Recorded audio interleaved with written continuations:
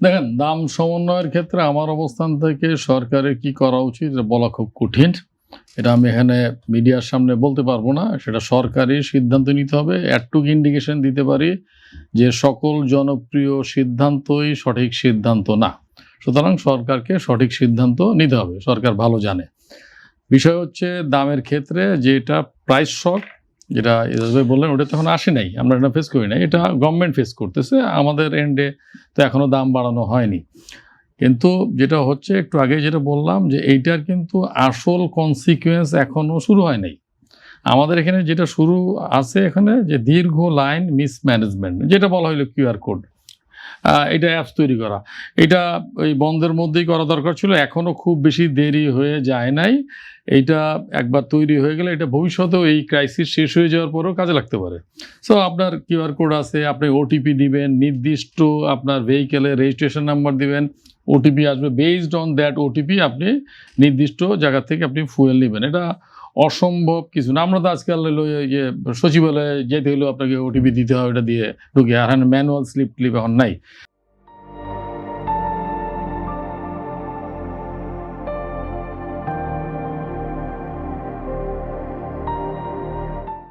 So এই জায়গাটা হইলো মানে প্রথমে এই বিশৃঙ্খল সিচুয়েশনটাকে আগে এই সমস্যার সমাধান করতে হবে। সরকার কিন্তু একটা কাজ যেটা করছে, যে এই জায়গায় কোনো রিস্ক নিচ্ছে না, সেটা হচ্ছে এই যে আমি যে কোনো সোর্সের থেকে পেলে যেন আমার এই সাপ্লাই চেনটা ঠিক থাকে, এই জায়গাটা যেন ডিসরাপ্টেড না হয়। এখানে আমি প্রাইসের বিষয়টা দেখবো না। আমি জানি না, উনি এজাজ ভাই খুব বিশেষজ্ঞ। এই যে বলা হচ্ছে যে এলএনজির দামে আমাদের অনেক হলো রিজার্ভের ক্ষয় হচ্ছে, আমি যতদূর জানি যে কাতারের সাথে ওমানের সাথে যে লং টার্ম কন্ট্রাক্ট আছে সেটাতে $15 থেকে $16 করা আছে। সো এটা এক সময় ছিল যে আমরা উইনিং সিচুয়েশনে আছি, কারণ অ্যাভারেজ প্রাইস $20 আমরা কিনছিলাম, অনেক দিন ধরে $20 কিনছিলাম। এটা পরে নামতে নামতে $12 $10 এসছে। তো সুতরাং আমরা যদি $15 যদি বেঞ্চমার্ক ধরি, $16 বেঞ্চমার্ক ধরি, এখনো কিন্তু আমরা খুব বেশি ক্ষতিগ্রস্ত হই নাই। হ্যাঁ, একটা দুইটা কার্গো আমরা $35 $36 কিনছি, তো পরেরগুলো তো একটা জায়গায় এসছে। সো এই জায়গাটায় ব্লেন্ডিং আপনাকে করতে হবে। আপনি লং টার্ম কিনবেন, আপনার স্পট মার্কেটে কিনবেন, কারণ লং টার্মে কিনলে আপনি জিতবেন না হারবেন এটা পৃথিবীর কেউই বলতে পারবে না। সো ওই জায়গাটা একটা সরকারকে নিতেই হবে, সবাইকে। এটা বিজনেসের ভিতর, পার্ট অফ বিজনেস। আমরা যেমন লং টার্ম কন্ট্রাক্ট করি বায়ারের সাথে, সো বায়াররা যখন আমাদের সাথে করে, বা আমরা যখন ফাইবার ইম্পোর্ট করি বেসড অন ইন্ডেক্স, ওখানে আমরা জিততেও পারি হারতেও পারি। সেটা হলো এক ধরনের ব্যালেন্স করে করতে হয়, যেন বড় ধরনের শক আপনাকে নিতে না হয়।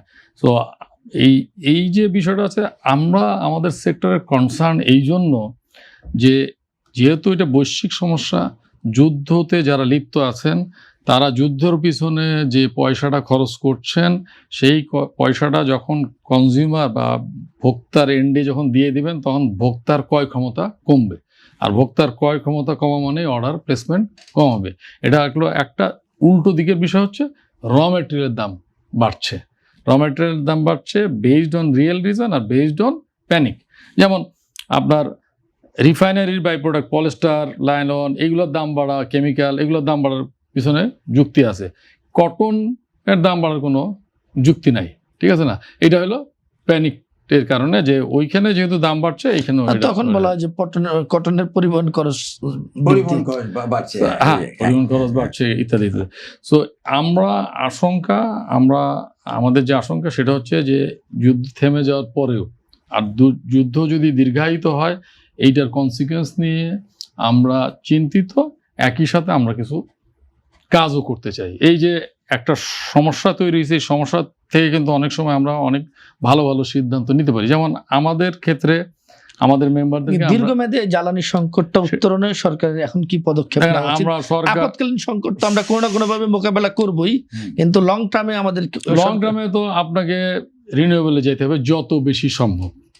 আমি যতদূর জানি, চাইলেই বাংলাদেশ 20 বা 30% বেশি রিনিউয়েবলে যেতে পারবে না, because of the transmission, because of the আপনার টেকনিক্যাল রিজন। কিন্তু আমরা যদি প্রত্যেক ইন্ডাস্ট্রিতে যদি আমরা রুফটপ করি, এবং সেই রুফটপ খরচ বেশি হবে না, রুফটপের খরচ বেশি হবে না, বেশি হবে না। এখন এটা নেমে আসছে, এখানে আপনার পার কিলোওয়াটের খরচ পড়ে হলো 6 টাকা 7 টাকা রুফটপ করলে, কারণ রুফটপের সবচেয়ে বড় সেটা তো অনেক সময় চাপ দিয়েও ব্যবসায়ীদের বা সাধারণ মানুষকে চাপ দিয়েও অনেক ক্ষেত্রে এটা করা সম্ভব হচ্ছে না আসলে। অনেক ক্ষেত্রে এখানে চাপের বিষয় না, পলিসি দিয়েও হচ্ছে না, অনেক ধরনের পলিসি তো আমরা দেখলাম, আপনারাও বলছেন এখানে চাপের বিষয় না। যেমন আমাদের সেক্টর থেকে আমরা কালকে পরশু চিঠি দিয়ে দিব, সাম শর্ট অফ ইনসেন্টিভ আমি দিব। আমার কাছে কি আছে ইনস্ট্রুমেন্ট, আমি ইডি ইস্যু করি আর আমি কিছু সার্ভিস চার্জ দিই। আমি বলে দিব যারা রুফটপ সোলার করবে তাদের সার্ভিস চার্জ এত% আমি কমিয়ে দেবো, শর্ট অফ ইনসেন্টিভ। গভর্নমেন্টকে যেটা করতে হবে, দেখেন প্যানেলের ক্ষেত্রে ডিউটি 1%, ইনভার্টারের ডিউটি 1%, কিন্তু এর অন্য যে প্রোডাক্ট আছে, মাউন্টিং, এটা ইনস্টল করতে যেসব জিনিস লাগে, ডিসি কেবল লাগে, এগুলোর ডিউটি সবগুলো 58%। যেখানে আপনার এইখানে যে রুফটপকে অর্থাৎ রিনিউয়েবলকে এনকারেজ করার জন্য আপনাকে সাবসিডি দেওয়া উচিত, না দিয়ে আপনি এখানে ডিউটি ইম্পোজ করছেন। এবং যখনই আমার মেম্বাররা এই ইম্পোর্ট করতে ওইখানে যে কাস্টমসের দুনিয়ার হ্যাসেল, সো এটাকে সর্ট অফ ডিসকারেজ। তো আমরা এটা চেষ্টা করবো আমাদের এন্ডের থেকে যেন এই রুফটপটা, আমরা তো চাইলেই ম্যান্ডেটরি করতে পারতেছি না, বাট গভর্নমেন্ট চাইলে ম্যান্ডেটরি করতে পারে যে এই রুফটপ না থাকলে আমি এই জিনিসগুলা দিব না। আর একটা ইনসেন্টিভ, যারা ধরেন লিড সার্টিফাইড ফ্যাক্টরি, যারা একটা আপনার নির্দিষ্ট আপনার অ্যালোকেশন অ্যান্ড কনজামশনের এগেনস্টে সার্টেন অ্যামাউন্ট অফ যদি এনার্জি আপনি রিনিউয়েবল করেন, তাহলে আপনার ট্যাক্স বেনিফিট দিবেন। এইগুলা করতে হবে। আর আপনার এটা it's a part of long term. আর আসেন, স্যার ভালো বলতে পারবেন, আপনার একটা মতো রিফাইনারি কেন আরো একাধিক রিফাইনারি হইল না কেন? এই বান্ধাত্তা আমলের 50 না 70 না কত বছর হয়ে গেছে ইস্টার্ন রিফাইনারি। সো আপনার যদি আরও একটা রিফাইনারি হয়, তাহলে আপনি এখানে যেটা ক্রুড আইনে, এই ক্রুডের বাই প্রোডাক্টগুলো না আমাদের কাজে লাগে। আমাদের এই টেক্সটাইল ইন্ডাস্ট্রি RMG-তে। সো সেই জায়গাটা কিন্তু সিদ্ধান্ত আপনাকে দ্রুত নিতে হবে।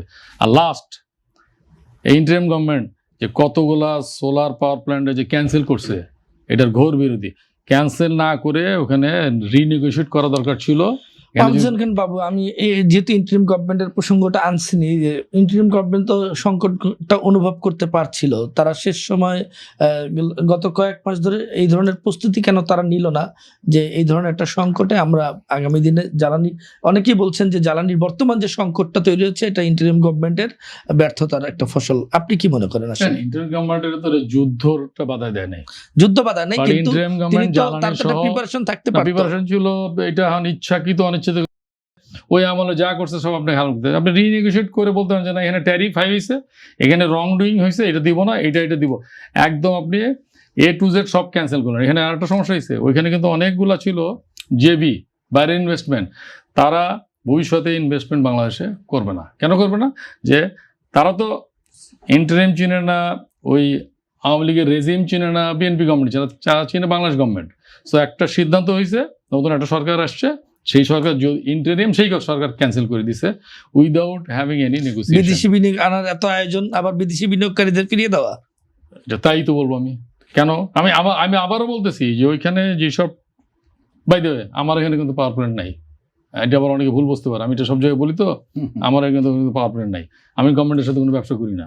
যে সো এইখানে যদি আজকে ওগুলাকে ক্যান্সেল না করে রিনেগোশিয়েট করে যদি ওগুলাকে চলমান থাকতো, তাহলে ওই এনার্জিগুলো হয়তো পাওয়া শুরু করতাম আমরা।